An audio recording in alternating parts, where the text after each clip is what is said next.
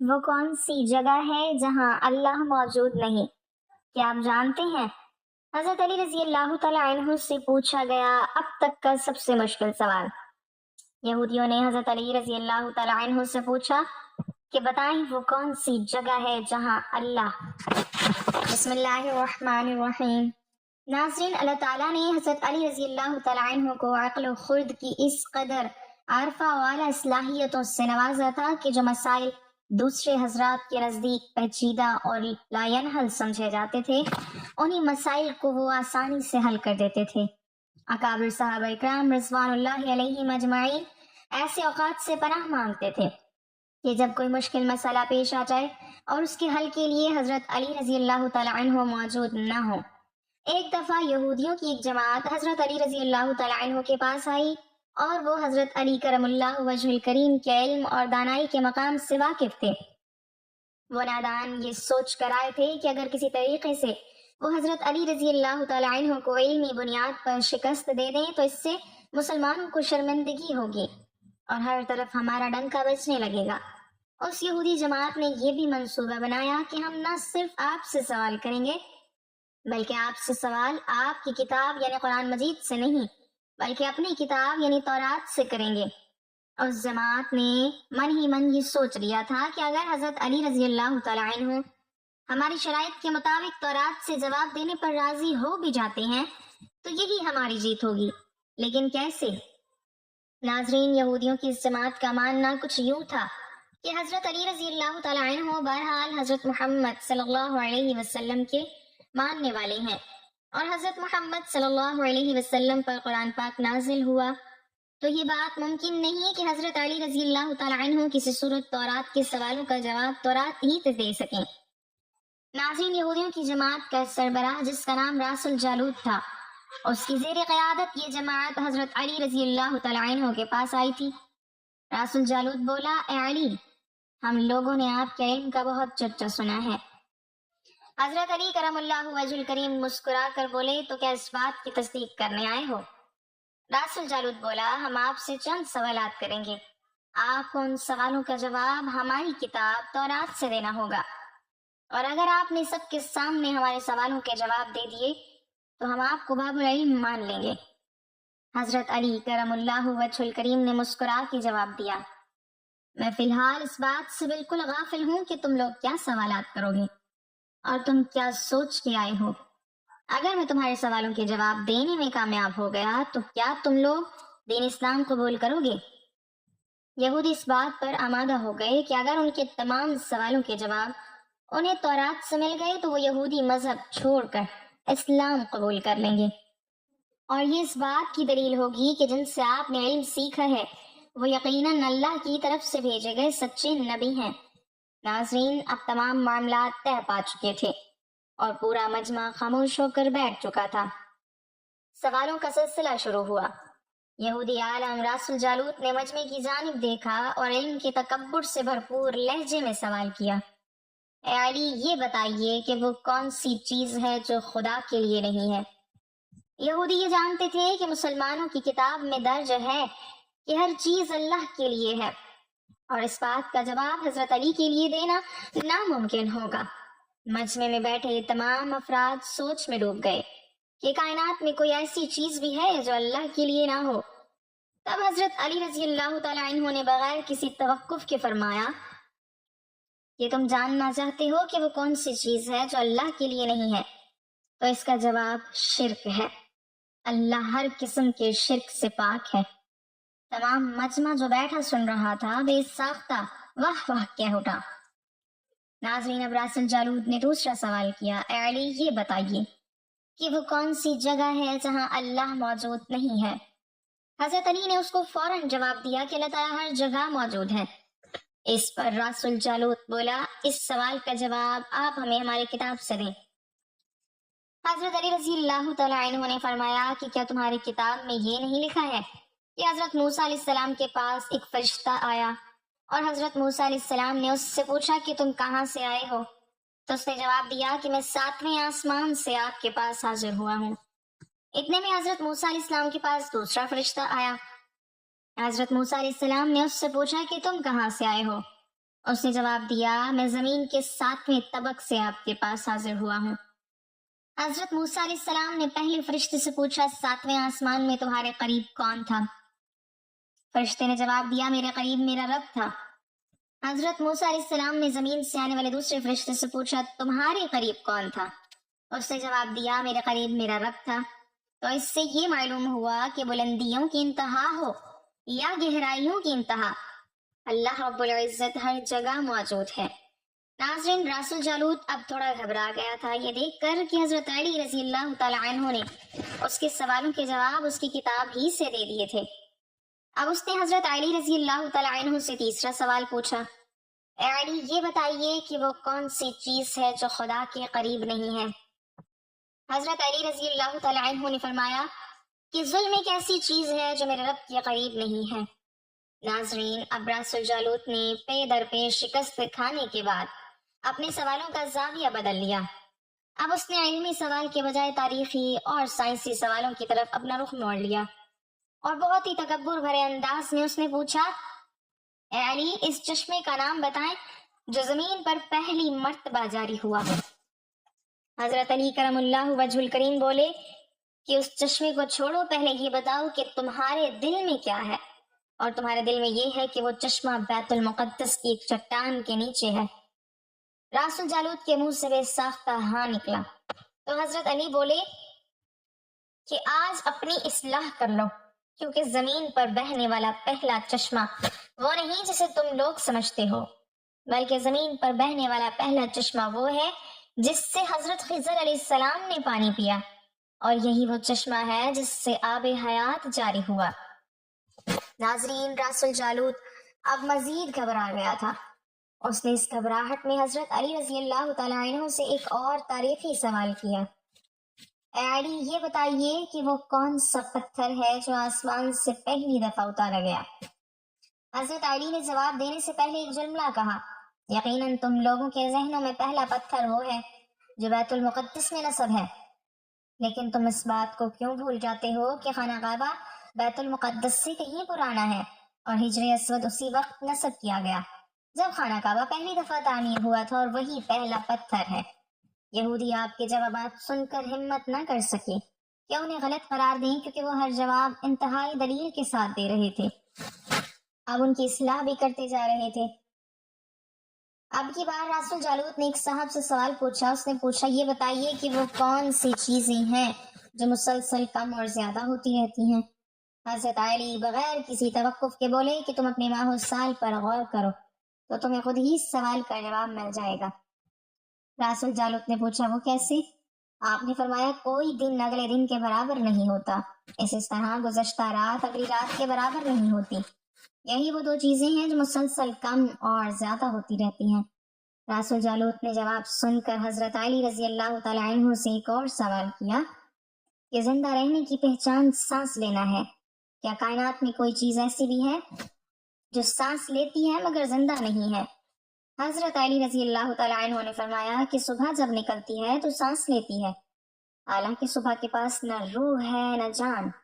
یہ سن کر وہ جلدی جلدی بولا اچھا یہ بتائیے کہ دنیا میں وہ کون سی جگہ ہے جہاں سورج کی کرنیں ایک دفعہ تو پڑی لیکن دوبارہ اس جگہ کبھی سورج کی کرنیں نہیں پہنچ سکی؟ حضرت علی رضی اللہ تعالی عنہ نے فرمایا ہاں، یہ سمندر کی وہ جگہ ہے جہاں سے حضرت موسیٰ علیہ السلام اور ان کی قوم گزری تھی، اور سمندر اللہ تعالیٰ کے حکم سے دو حصوں میں تقسیم ہو گیا تھا۔ بس اس قافلے کے گزرتے ہوئے سورج کی کرنیں اس جگہ ضرور پڑی تھی، لیکن اس کے بعد سورج کی کرنیں کبھی بھی وہاں نہیں پہنچ سکی۔ ناظرین، جواب پاتے ہی اس نے حضرت علی رضی اللہ تعالی عنہ سے پھر سوال کیا کہ یہ بتائیں کہ وہ کون سی دو چیزیں ہیں جو ہمیشہ غائب رہتی ہیں، اور وہ کون سی دو چیزیں ہیں جو ہمیشہ حاضر رہتی ہیں؟ حضرت علی رضی اللہ تعالی عنہ نے فرمایا کہ آسمان اور زمین کی طرف دیکھو، یہ دونوں تمہیں کبھی غائب نظر نہیں آئیں گے، یہ دونوں ہمیشہ حاضر رہتے ہیں، اور موت اور زندگی کو ڈھونڈو تو تمہیں ان کے بارے میں کبھی پتہ نہیں چلے گا کہ وہ کہاں ہیں اور کب آ جاتی ہیں۔ اگلا سوال راس الجالوت نے یہ کیا کہ اے علی یہ بتائیے یہ وہ کون سی چیز ہے جس کا خالق خود اللہ ہے مگر اسی کے بارے میں خود سوال بھی کرتا ہے؟ حضرت علی بولے موسیٰ علیہ السلام کا عصا مبارک کا خالق خود اللہ ہے، اور اس عصا کے بارے میں اسی نے خود موسیٰ علیہ السلام سے سوال بھی کیا اور پوچھا کہ موسیٰ یہ آپ کے ہاتھ میں کیا ہے؟ پھر اس نے اگلا سوال کیا کہ بیت اللہ کا طواف تو ذی حیات کرتے ہیں، لیکن اس بے جان چیز کے بارے میں بتائیں جس نے بیت اللہ کا طواف کیا۔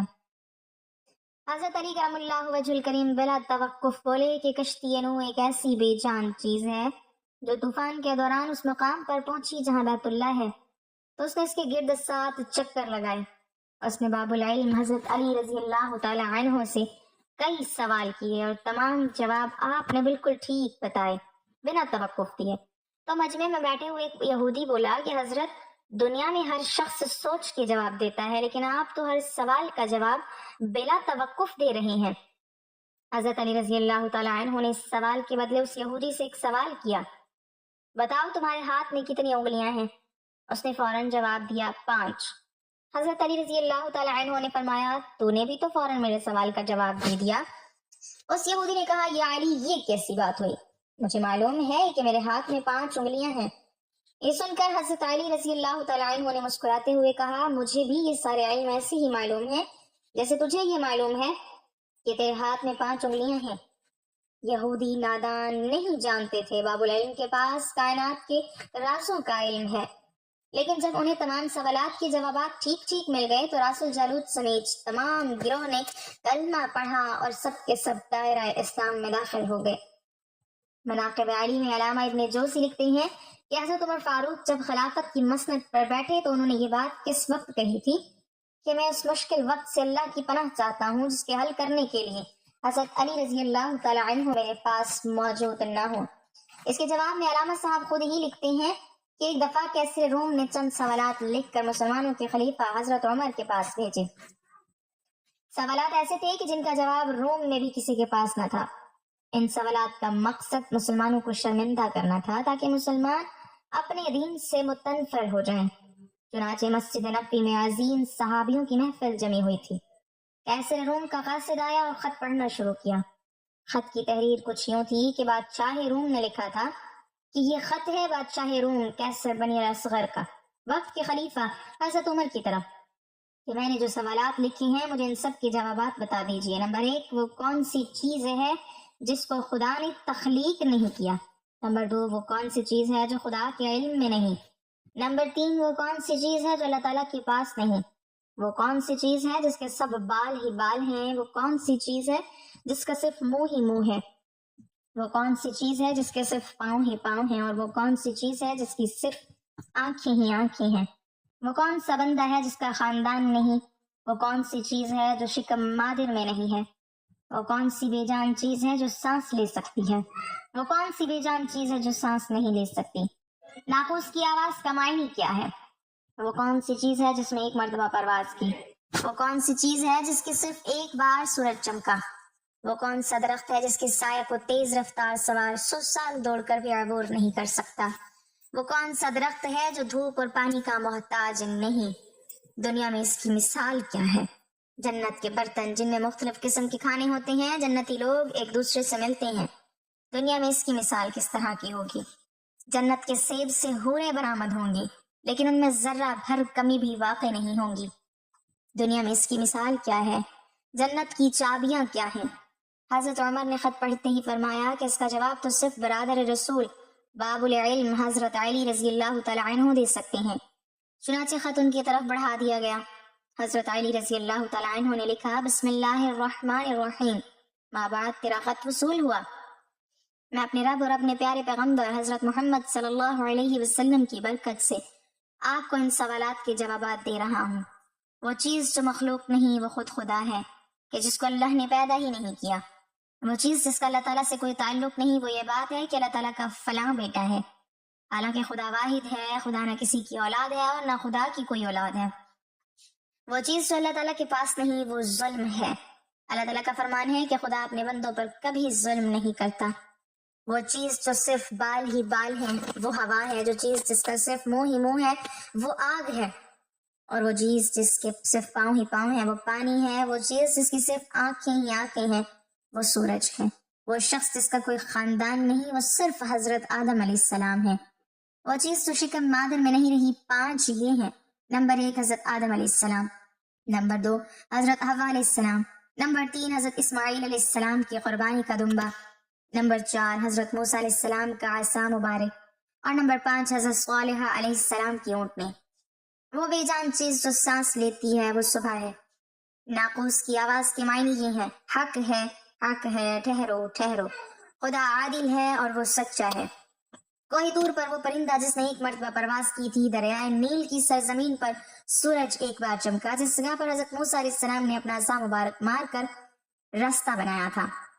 وہ درخت جس کو میں اگر تیز رفتار کے ساتھ بھی چلو تو 100 سال تک بھی عبور نہیں کر سکتا، وہ شجر توبہ کا درخت ہے جس کی شاخ جنت کے ہر محل میں جاتی ہے۔ دنیا میں اس کی مثال سورج ہے کہ جس کی کرن ہر گھر میں پہنچتی ہے اور تمام زمین اس کی روشنی سے روشن ہو جاتی ہے۔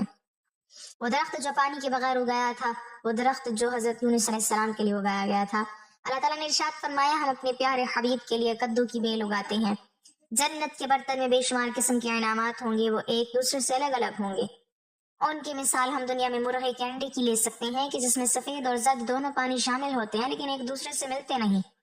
جنت میں جو سیب عطا کیا جائے گا اس سے حور برآمد ہوگی، اس کی مثال ایسی ہے جیسا کہ سیب سے کیڑا باہر نکلتا ہے لیکن اس میں کوئی کمی واقع نہیں ہوتی۔ وہ چیز جو دنیا میں سب کے لیے برابر ہے، چاہے وہ مومن ہو یا کافر، لیکن آخرت میں وہ صرف اور صرف مومن کو عطا کی جائے گی، وہ کھجور کا میوہ ہے جسے آخرت میں صرف مومن نہیں کھا سکے گا، جبکہ دنیا میں اسے مومن اور کافر دونوں یکساں استعمال کر سکتے ہیں۔ جنت کی چابیاں کلمہ توحید ہے۔ ابن مسیب سے مروی ہے کہ خط بادشاہ روم کو ملا، اس نے خط پڑھ کر کہا کہ میرے سوالات کے جواب صرف اور صرف خاندان رسول سے ہی مل سکتے تھے۔ پھر دریافت کیا کہ یہ جواب کس اعلیٰ ہستی نے دیے ہیں۔ ایلچی نے جواب دیا کہ ان سوالات کے جوابات مولا علی ابن ابی طالب رضی اللہ تعالی عنہ، جس کو حضرت محمد صلی اللہ علیہ وسلم نے علم کا دروازہ کہا ہے، اس شخصیت نے یہ جواب دیے ہیں۔ یہ خط پڑھنے کے بعد کیسر روم نے حضرت علی رضی اللہ تعالی عنہ کو خط لکھا کہ مجھے آپ کا ارسال کیا ہوا خط مل گیا ہے۔ وہ پڑھ کر مجھے یقین ہو گیا ہے کہ آپ اہل بیت ہیں اور رسالت کا قیمتی خزانہ ہیں، آپ ہی حقیقی شجاعت اور علم کے وارث ہیں۔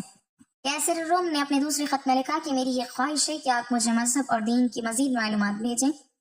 میں خاص طور پر روح کی وضاحت چاہتا ہوں جس کا ذکر خدا تعالیٰ نے اپنی کتاب قرآن مجید میں کیا ہے۔ اے نبی، لوگ روح کے بارے میں تجھ سے پوچھتے ہیں، تم انہیں بتا دو کہ روح میرے پروردگار کا امر ہے۔ یہ روح کیا چیز ہے؟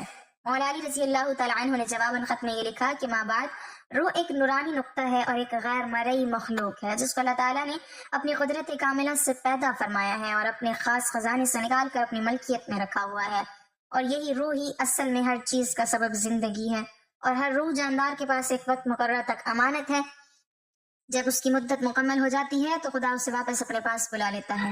اللہ پاک ہمیں بہتر عمل کرنے کی توفیق عطا فرمائے اور ہمیں ایمان کی دولت سے مالا مال کرے، آمین۔ ناظرین، کمنٹ باکس میں اللہ تعالیٰ کے 99 ناموں میں سے ایک نام ضرور ٹائپ کریں۔